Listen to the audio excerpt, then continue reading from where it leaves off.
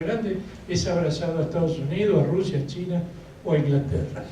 Hay un conflicto grave entre Chile y Bolivia, porque hay una vieja disputa en relación a la salida al mar que Chile se apropió en la guerra del Pacífico. Bueno, ha habido un discurso muy serio de Putin diciendo que si se va al enfrentamiento, Rusia va a intervenir en favor de Bolivia. Yo estoy en contra de esto, pero quiero decir que hay un conflicto que nadie le presta atención y que no sabemos a dónde puede derivar. Después está la situación geoestratégica nacional, lo que le expliqué en relación al Atlántico Sur.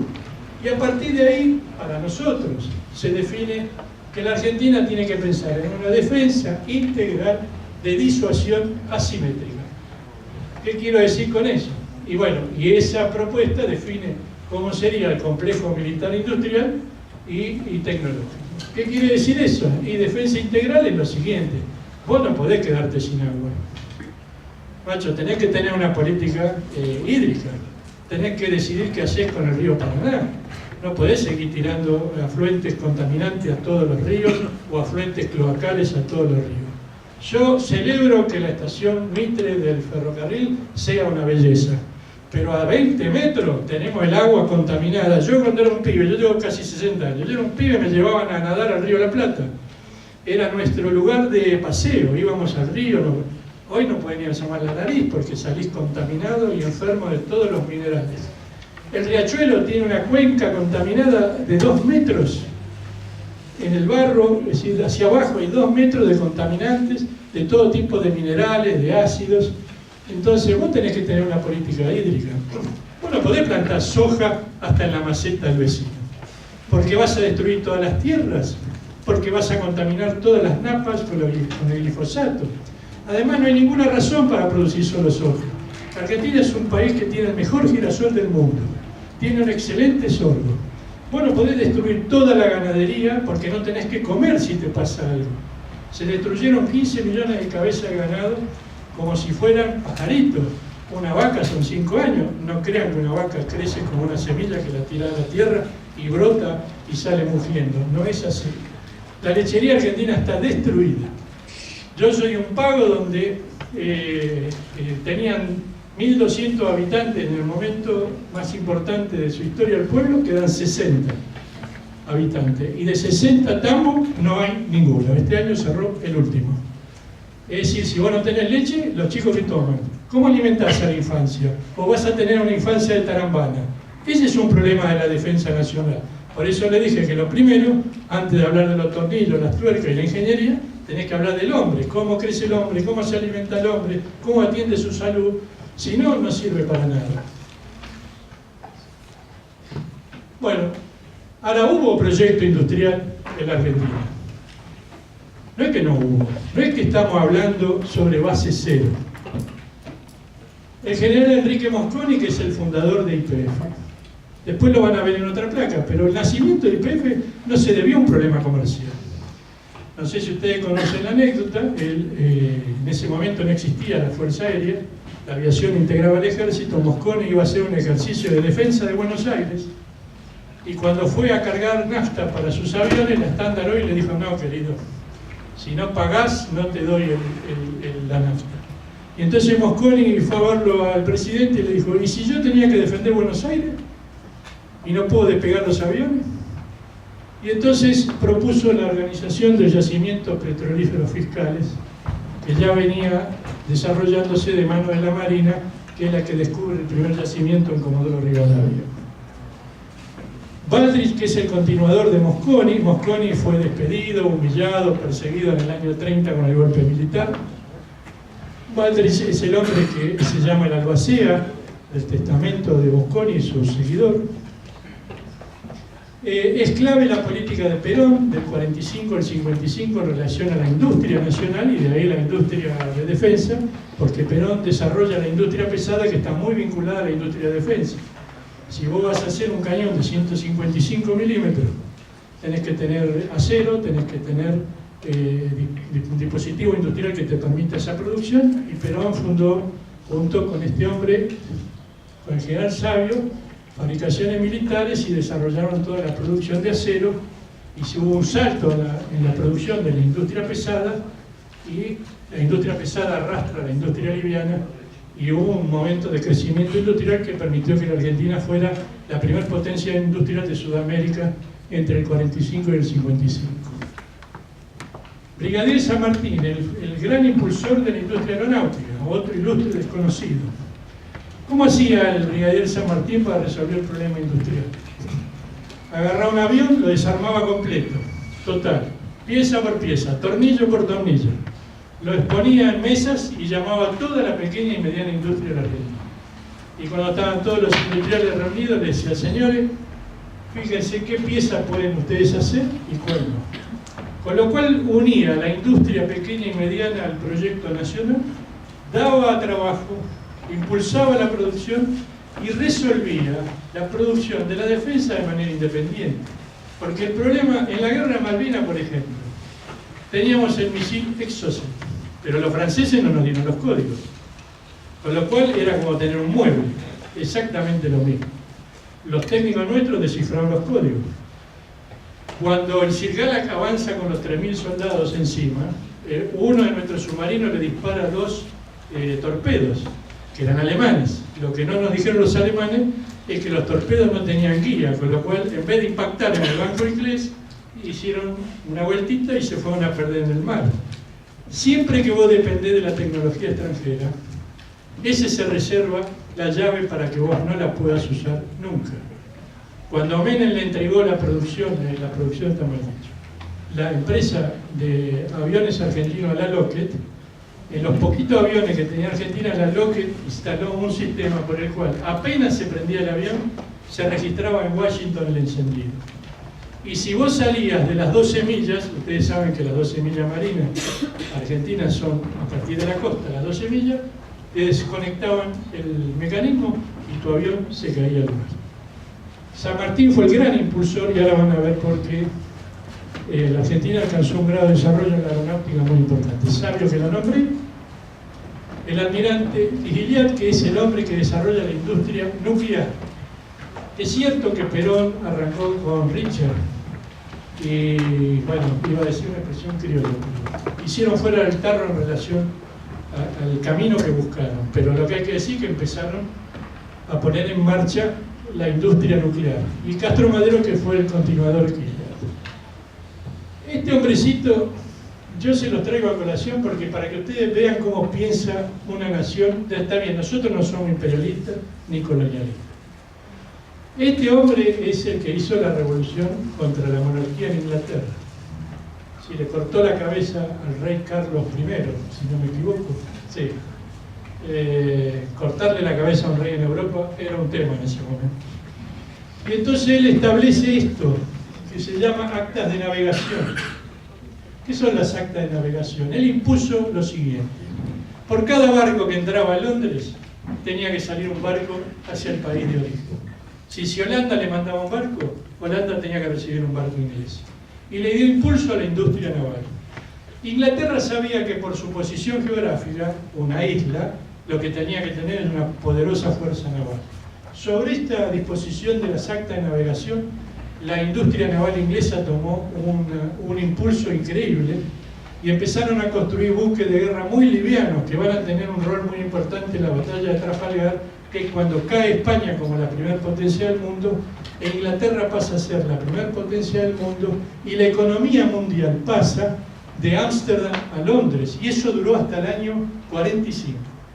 Estoy hablando del 1500, yo estoy chicato, no veo bien, pero 1558, ¿digo bien?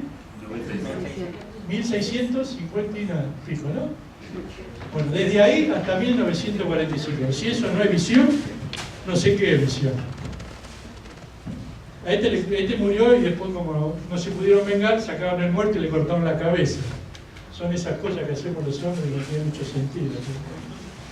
Es decir, que si vos tenés voluntad política, tenés capacidad para resolver los problemas técnicos y científicos que se te presenten. Si no tenés voluntad política, no vas a resolver nada. Belgrano, ya les dije lo de la batalla de Tucumán, ahí tienen otro dato. La batalla de Tucumán es presentada como ¿cómo sería? una de carambola, que la pegó de carambola.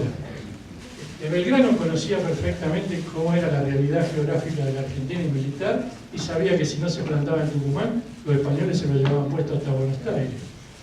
Y combatió con la tecnología que tenía.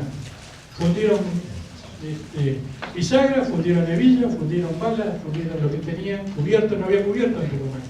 No había platos, porque los platos en esa época eran de metal, no eran de losa como ahora.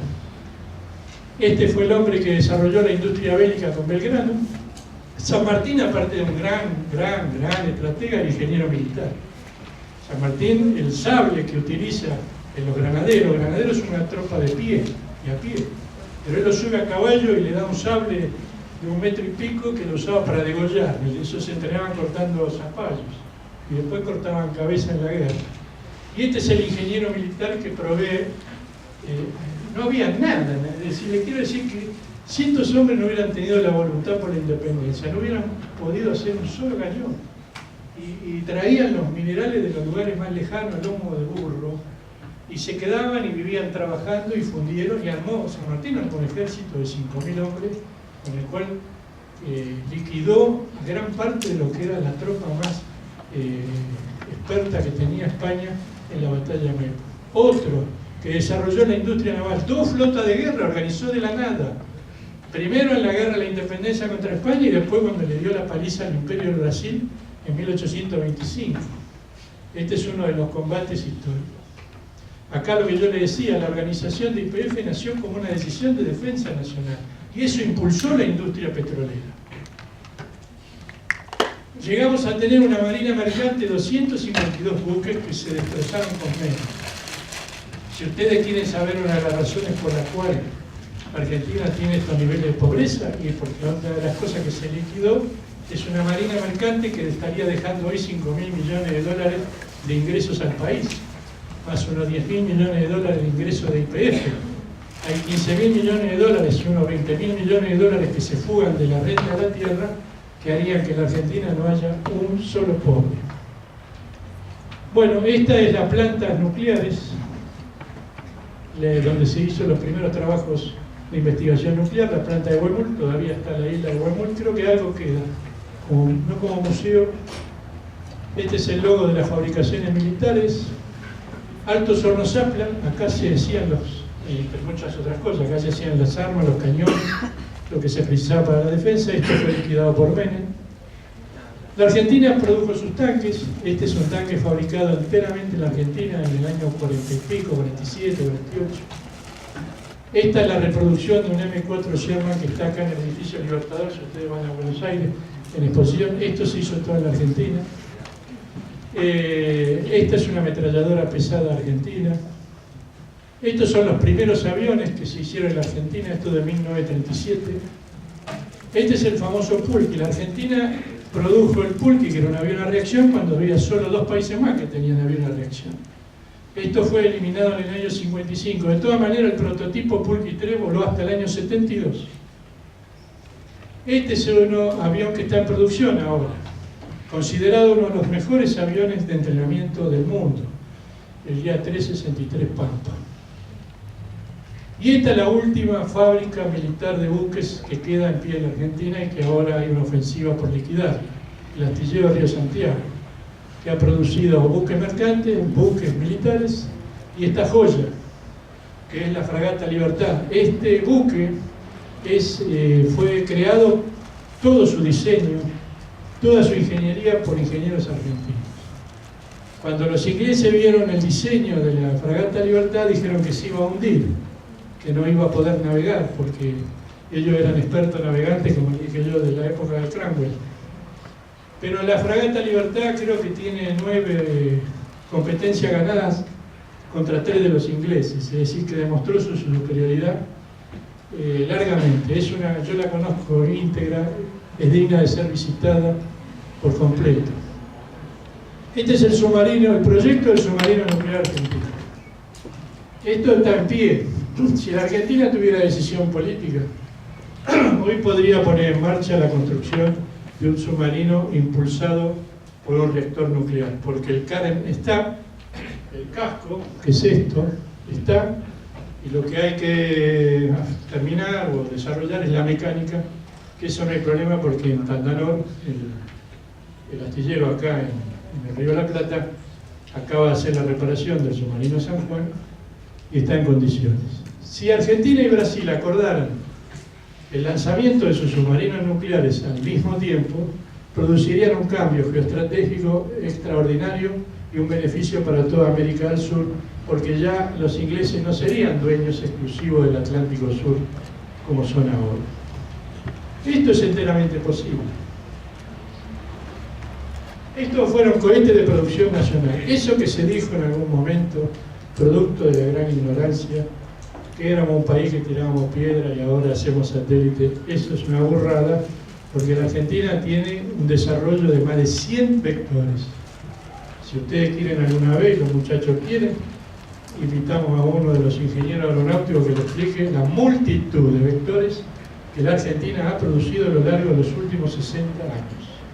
Este es un modelo, este es otro, como se ve que no tiene nada parecido con una onda ni con una piedra, el cohete Tauro, todas estas. Yo les cuento una anécdota. En la guerra de Malvinas, la aviación civil era más moderna que la aviación militar.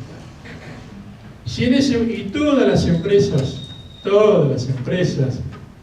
pusieron a disposición del gobierno sus aviones privados para usarlos para la guerra. Si en ese momento se hubiese equipado esos aviones particulares con alguna de estos sistemas misilísticos, la Argentina hubiese tenido 150 por lo menos aviones más que los que tuvo en operaciones. Con una ventaja que hoy ya no existe, que los radares ingleses, cuando captaban a los biturbos civiles argentinos, los confundían con aviones de caza de guerra.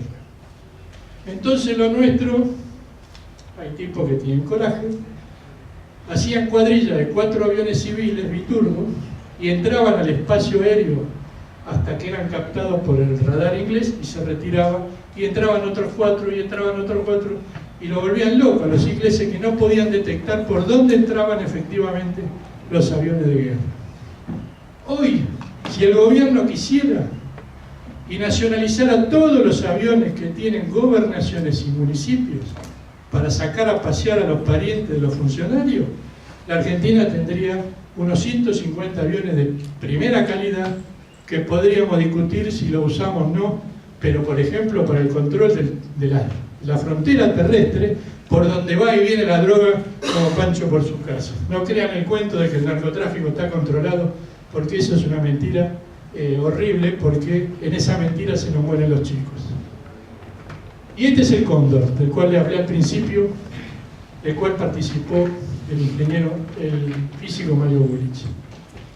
El secreto de este misil es que tenía 1000 kilómetros de alcance, con lo cual ponía bajo su órbita las Malvinas. Llevaba una cabeza, creo que de 540 kilos. La cabeza puede ser convencional o atómica, eso lo decidís vos. Pero este resolvió un problema muy grave, que es el sistema de guía del misil. Porque si vos le compras el sistema de guía a Estados Unidos, a Francia, a Alemania, a Rusia, a China, los tipos te lo desconectan cuando quieren y no sirve. Yo no les voy a decir cómo se resolvió, porque ustedes van a pensar que yo les miento. Pero fue más fácil de lo que pensaban muchos, y había un error de 1 metro en el blanco. Si los misiles se calcula su calidad por cuánto se equivocan al impactar en el blanco. Eso fue lo que querían desesperadamente Estados Unidos, que Menem les entregue. No esto, porque esto a los yanquis no les sirve, porque eso lo tienen por 1000 o por 1.000.000 de veces más. Lo que querían es el sistema de guía, porque eso fue una creación criolla de los ingenieros nuestros, y eso no lo tuvieron. Bueno, todo el desarrollo de la Comisión Nacional de Energía Atómica, Argentina tuvo control del proceso completo en el año 82, 83, a partir del cual empezó la destrucción sistemática de la Comisión Nacional de Energía Atómica. Todavía queda una playa de ingenieros, físicos y profesionales de aquellos que se formaron con Castro Madero. Un sobreviviente todavía del equipo Castro Madero está activo, aunque es un hombre muy grande, y se han formado una cantidad de físicos que estarían en condiciones de reimpulsar la industria atómica. La Comisión Nacional de Asuntos Aeroespaciales, de la cual Mario Bullrich fue miembro, es una figura histórica. Bueno, ahora se acaba de privatizar los satélites argentinos, se los entregó a una empresa de Estados Unidos. Hay un desarrollo importante, yo no soy un experto ni conozco mucho, pero hay un desarrollo importante en relación a todo lo vinculado a la ciberguerra. La primera cuestión que tiene planteada Argentina es que tiene que desarrollar un software propio, un sistema propio. Vos no vas a usar, estoy diciendo una grosería, un Windows, porque te lo pinchan de donde se le da la gana. Vos tenés que construir tus propios sistemas para la ciberguerra. Es decir, las capacidades técnicas y científicas de Argentina todavía están vigentes. Ahora, no hay decisión política de avanzar en un camino industrial independiente, no la hay. Si nosotros tenemos capacidad de producir trenes y vagones, y traemos trenes, vagones y durmientes de China, y unos trenes que durarán 10 años, porque es en su inmensa mayoría plástico, cuando nosotros producimos en la década del 50 las locomotoras y trenes más modernos, no sé si se habrá muerto o no, pero el ingeniero Porta, que fue uno de los grandes creadores ferroviarios, se lo llevaron los chinos hace muchos años para producir los trenes en China. Bueno, la Argentina fue cabeza en la industria ferroviaria. Teníamos 42.000 kilómetros de vías, de las más grandes del mundo. Con Menem quedaron 7.000 kilómetros. Y ahora hay mucho piripipí alrededor del ferrocarril, pero en realidad lo que están haciendo es desarrollar el ferrocarril que va hacia el Pacífico para sacar los productos para China y desarrollar el sistema de carga del San Martín, es decir, lo que hace a la exportación, pero no se ha retomado un proyecto ferroviario, porque el ferrocarril tiene una característica que es unidad territorial. Si vos estableces un ferrocarril que vaya de sur a norte y de oeste a oeste, y promoción de la industria local o de las economías regionales, y permite la estabilización de poblaciones en lugares alejados, que es lo que te garantiza la soberanía territorial. Para eso yo necesito producir un tipo de tren económico que permita que traiga mucha carga y que los habitantes se muevan a un bajo costo por todo el país. No es cierto que el ferrocarril da pérdida. El ferrocarril de pasajeros da pérdida porque no hay manera de que un pasajero cubra el costo de un transporte que va, por ejemplo, de La Quiaca a Buenos Aires. Pero la diferencia se hace con la carga. Lo que te da ganancia es la carga y justifica que vos inviertas en la promoción social para que el último puneño, el que está allá en la cima de la Argentina, no viva como un miserable aislado que cada tanto va a TN, le hace una nota y lo pone como una pintura de color, y no como un ciudadano que tiene los mismos derechos y tendría que tener las mismas posibilidades que nosotros. Conclusión del punto de vista de esto: nosotros estamos frente a un proyecto muy similar al que tuvo la Argentina a principios del siglo XX. Entonces se decía que la Argentina tenía que ser el granero del mundo y era exportador de materia prima y no tenía industria, y todo lo industrial venía de Inglaterra. El gobierno actual hace un gambito, dice: no, el granero del mundo, no, eso es atrasado, vamos a hacer el supermercado del mundo, no vamos a mandar granos y carne de vaca, vamos a mandar galletitas, fideos, porotos, harina de maíz. Eso es nuestro proyecto. Entonces no hay cabida para ustedes, porque lo que necesitan son obreros o a lo sumo técnicos que armen industria para envasar productos para mandarlo al fin del mundo. ¿De qué me vas a hablar? ¿Qué vas a hablar? ¿Del Cóndor? ¿Del Pulqui?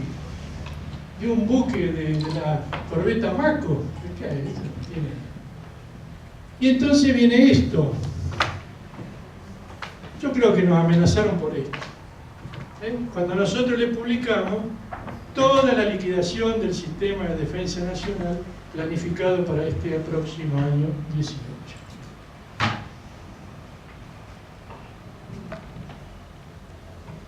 ¿No hay proyecto militar? Sí hay proyecto militar. Acuerdo con la Guardia Nacional del Estado de Georgia, firmado en la presencia del señor embajador Lustó, en un acto muy paquete en la Embajada de Estados Unidos en la capital federal. Esto es gravísimo, porque la Guardia Nacional es un ejército interno en Estados Unidos. Ustedes vieron cuando hay una rebelión de los negros o de los como inmigrantes, lo que te muelen a palos son estos, la Guardia Nacional. Pero la Guardia Nacional está supeditada a las Fuerzas Armadas de Estados Unidos, no hace lo que quieren. Y en el caso de Georgia, es un estado muy particular porque su Guardia Nacional está bajo el mando de lo que se llama el Comando Sur, con acierto en Panamá, que tiene incidencia en toda América del Sur. Se ha firmado acuerdo con la DEA y con la CIA alrededor del cuento del narcotráfico. Yo tuve una reunión con los funcionarios del gobierno y le dije, mire, vamos a ponernos de acuerdo. Si vamos a hablar de narcotráfico, son tres cosas. Ruta 11, Ruta 34 y hidrovía. Déjense de joder. Perdónenme la expresión. Si vos controlás esa ruta y la hidrovía, acá no entra más droga. Si la droga entra, es porque la dejan pasar. No hay la menor duda. No, entonces yo hago un acuerdo con la DEA, un acuerdo con la CIA para controlar. No, eso es para que el negocio de la droga quede subordinado a un área, lo cual nos expone a cualquier cosa. Porque ¿quién controla a estos tipos?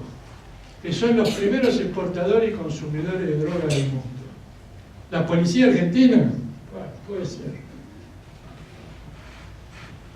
El gobierno tiene en estudio la reformulación de la Ley de Defensa Nacional. No la manda al Congreso porque Lilita Carrión le dijo, esto no pasa, no te lo vota nadie. La Ley de Defensa Nacional tiene una cláusula por la cual las Fuerzas Armadas no pueden intervenir en conflictos internos. Bueno, ellos están buscando la fórmula de quebrar ese artículo que impide la participación de las Fuerzas Armadas en conflicto interno. Y entonces están produciendo un cambio que ya ocurre desde el año 2006, que van retirando la Gendarmería de la frontera de su función, que es la función de control de la frontera. El entrenamiento de Gendarmería es muy distinto al ejército, y reemplazándola por el ejército. Con lo cual se va camino a transformar a la Gendarmería en una policía interna con la Guardia Nacional, y al ejército a reemplazar la Gendarmería, desarticulando finalmente una de las cosas de la defensa nacional, pero que es importante, que es el instrumento militar. Después hemos discutido esta cuestión, descartadas las hipótesis de conflicto y descartadas las hipótesis de guerra, ¿qué hay? Hay hipótesis de lo que se llaman las nuevas amenazas. Las nuevas amenazas es una doctrina creada en el Santa Fe 4, que dice que la amenaza es nueva, ya no existe más, la guerra como antes no existe más, no, en Siria se tiran con flores, ya no existe más, ya el problema de la conquista, ahora el problema es el narcotráfico, las guerras religiosas, el terrorismo. Y entonces yo, que soy un pobre tipo, iba al tren y veo una pintada, no la pude fotografiar porque me había quedado sin batería, que decía, aplastemos el terrorismo mapuche. Yo quiero decirle que en Argentina viven 500 mapuches. Si esos tipos pueden desestabilizar a Argentina. A su vez, se avanzan acuerdos estratégicos militares con Inglaterra, con Estados Unidos y con Israel. Por lo tanto, eso de pensar que va a haber impulso a algo de la ciencia y la técnica argentina. Las represas chinas, Zepernik y Kirchner, son llave mano, son chinas. Lo único que negociaron es que la mano de obra solo un 15% sea china, porque los chinos te imponen en muchos lugares del mundo 100% de mano de obra china, como en Australia, como en África. Que hay cosas que no se ven, pero en África se están matando, porque la explotación china es tan feroz como fueron los ingleses en su momento. Ahora, todo no son rosas, porque estos van, bueno, ustedes entienden lo que quiero decir, van a Estados Unidos y le dicen sí señor, y van a China, sí señor, pero allá que le digan, bueno, en el 2019 recién hablamos. Y le metieron y le aumentaron las tasas del biodiesel, que es un negocio personal de parte.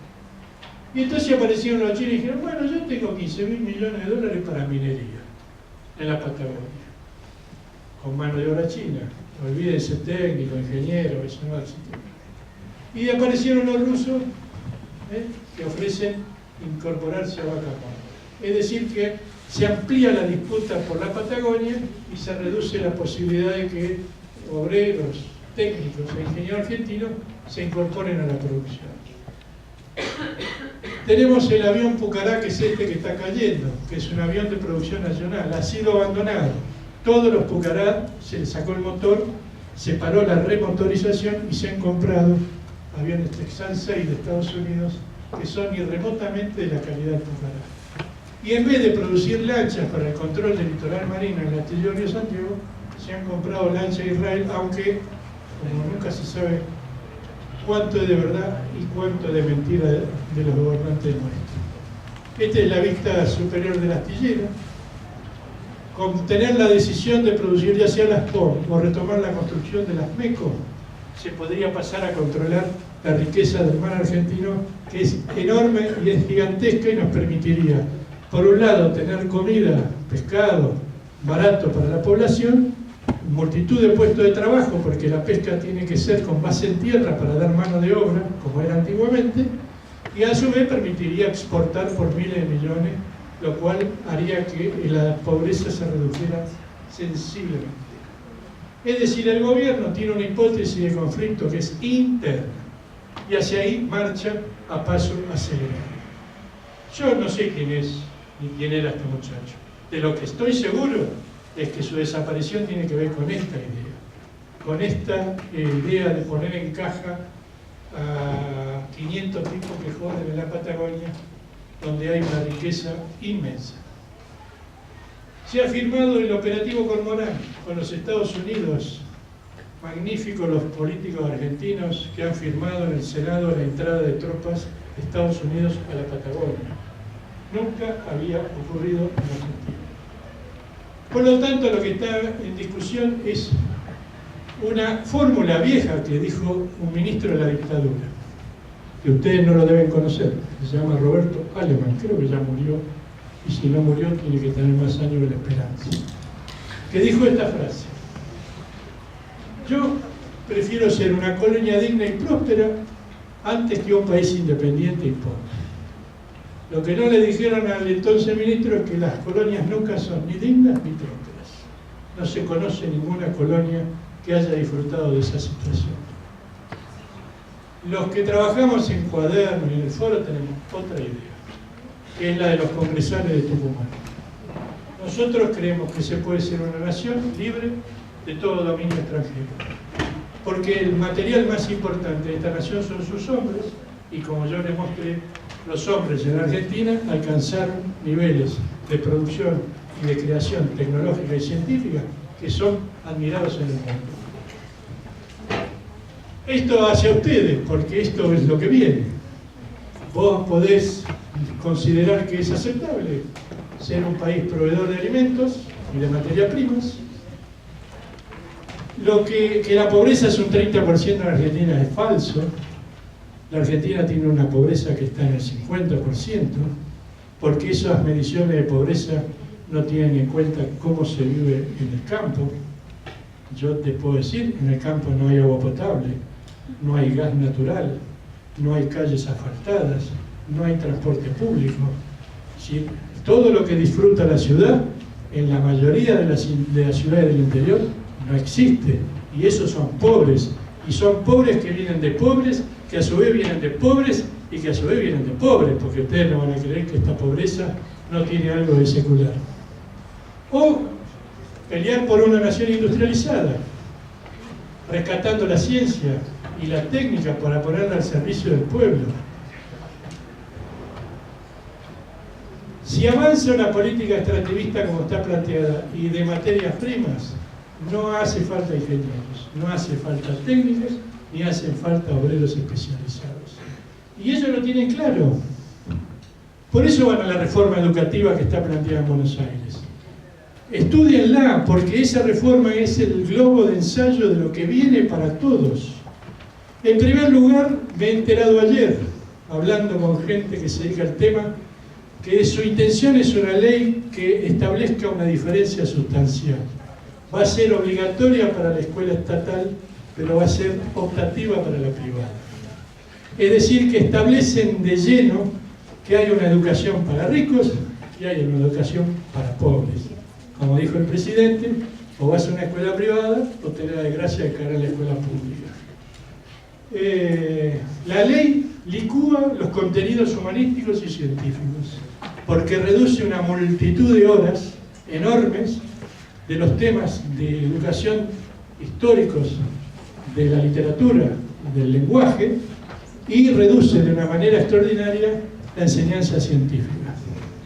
Y la otra cosa que establece es una enorme reducción del personal docente, que deja de ser docente y pasa a llamarse facilitador.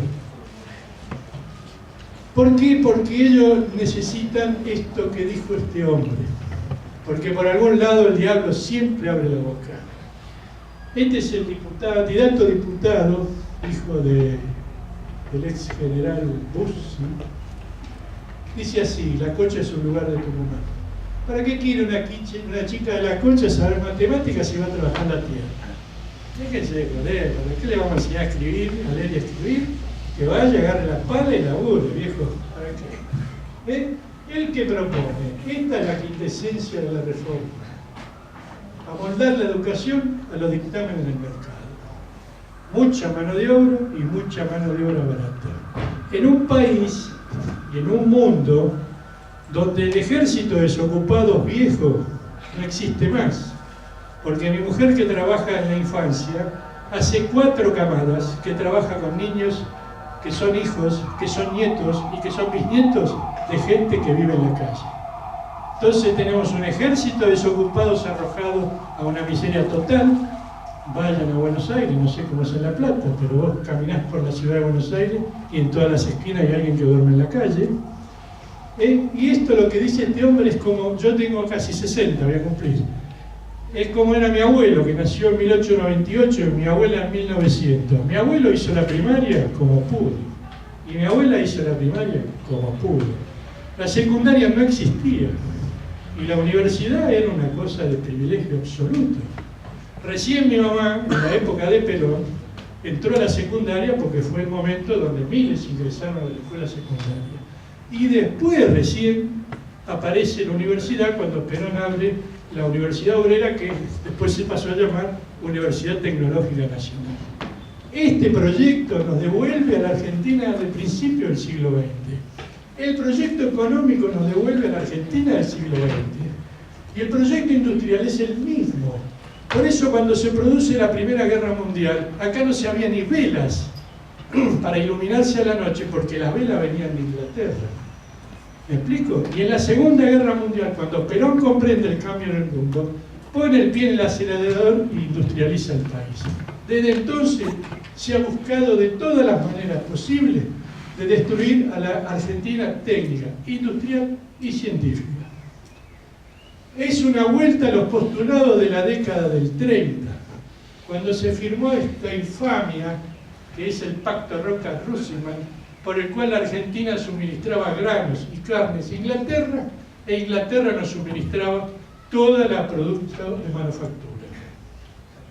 Y para rematar, y ya estoy terminando, cuando se dio el golpe del 24 de marzo del 76, este señor, que ya murió, dijo esto: debemos devolver a la Argentina a su condición pastoril previa a 1943.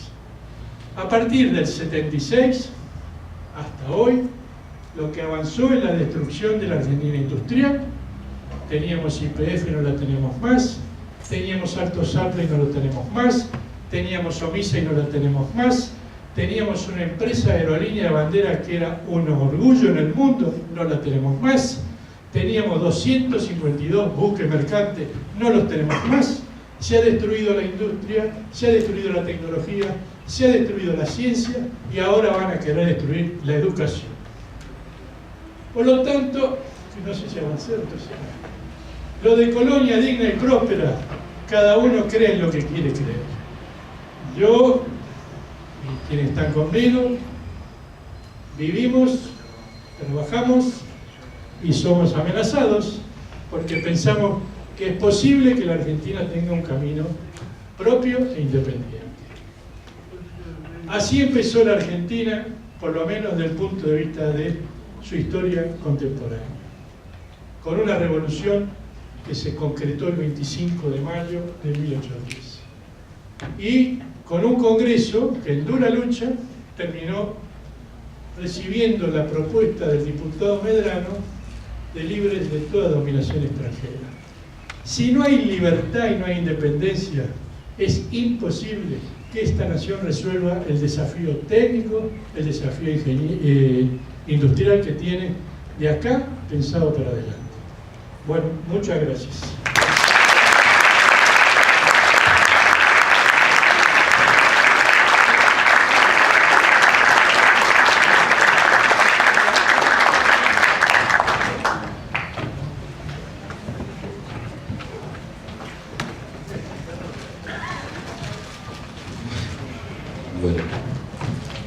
Bueno, abrimos la ronda de preguntas. No sé si vayan levantando la mano y ya está.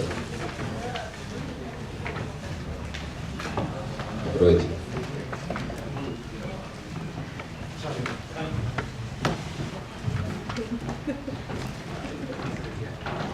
¿Qué tal?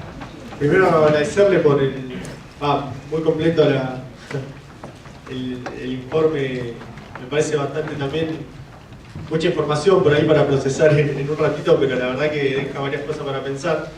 Lo primero, digamos, que me gustaría preguntar es, ya que nos ha explicado tantas cosas a lo largo de este tiempo, cuando se refería a cómo solucionaron el sistema de guía de los misiles, que dijo que no le íbamos a creer, bueno, que nos pruebe quizás, que si nos puede contar. Con una computadora, ¿cómo se llama la vieja computadora? Commodore, ¿no? La Commodore, un espejo y un lápiz. Con eso lo resolvieron. El espejo recibía, el misil lanzaba una onda, rebotaba, el espejo la recibía, el lápiz hacía como una prueba que transmitía una información a la Commodore que sintetizaba hacia dónde tenía que corregir el tiempo. Con eso lo resolvieron. Con alambre, porque nosotros somos un pueblo que resuelve con alambre. Tiene su cosa mala y tiene su cosa buena. Bueno, y todos decían, ¿cómo pudo ser? ¿Cómo pudo ser? Ya que tenía un software complejo, todo. Pero eso fue hecho de una manera absolutamente casera. Absolutamente casera. Y esa fue la clave, porque si no el misil no sirve. Brasil, las 2 veces que quiso disparar su vector, se lo golpearon. Las 2 veces.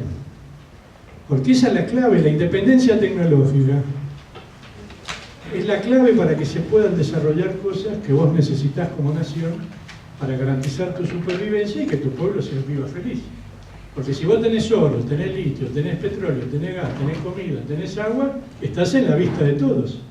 En un mundo donde se promete hambre o se promete que falta agua, bueno, vos tenés que garantizar un desarrollo industrial, técnico, científico, independiente y innovar. Y yo estoy seguro, yo no están los compañeros de astilleros, pero yo me acuerdo en la Guerra de Malvinas que se hablaba de que no teníamos visores nocturnos, cosa que no es cierta.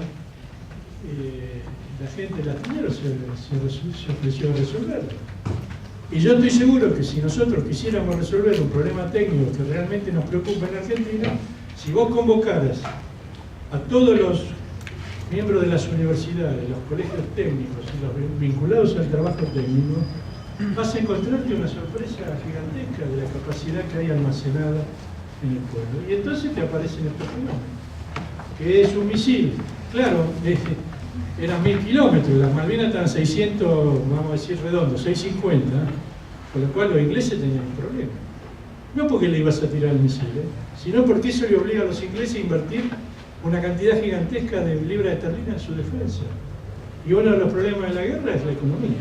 Si vos al enemigo o a tu contrincante le enredás la economía, bueno, el tipo tiene que pensar 2 veces hasta dónde está dispuesto a estirarse en el mantenimiento de una situación colonial. Ese es el misterio del cóndor. Por eso era desesperante el apriete yanqui para que Argentina desmantele el cóndor. Después hay otros entretelones porque es una triangulación de tecnología de Irak, Alemania y Argentina. Entonces había un problema de geopolítica internacional.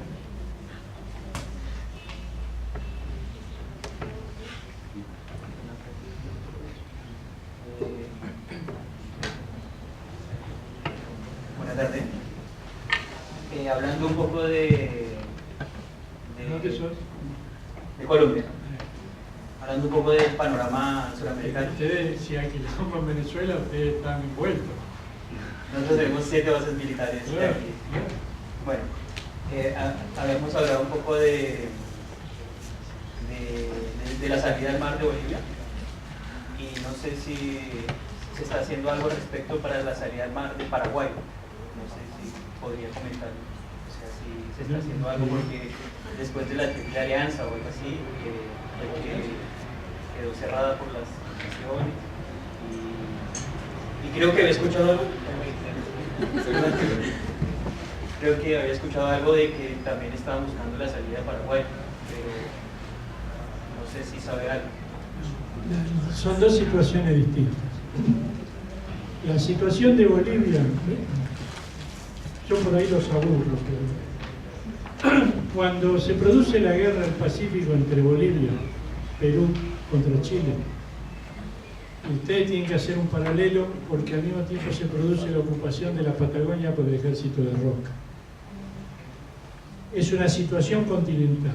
Bolivia era el único país que tenía un sistema industrial, ustedes que me llaman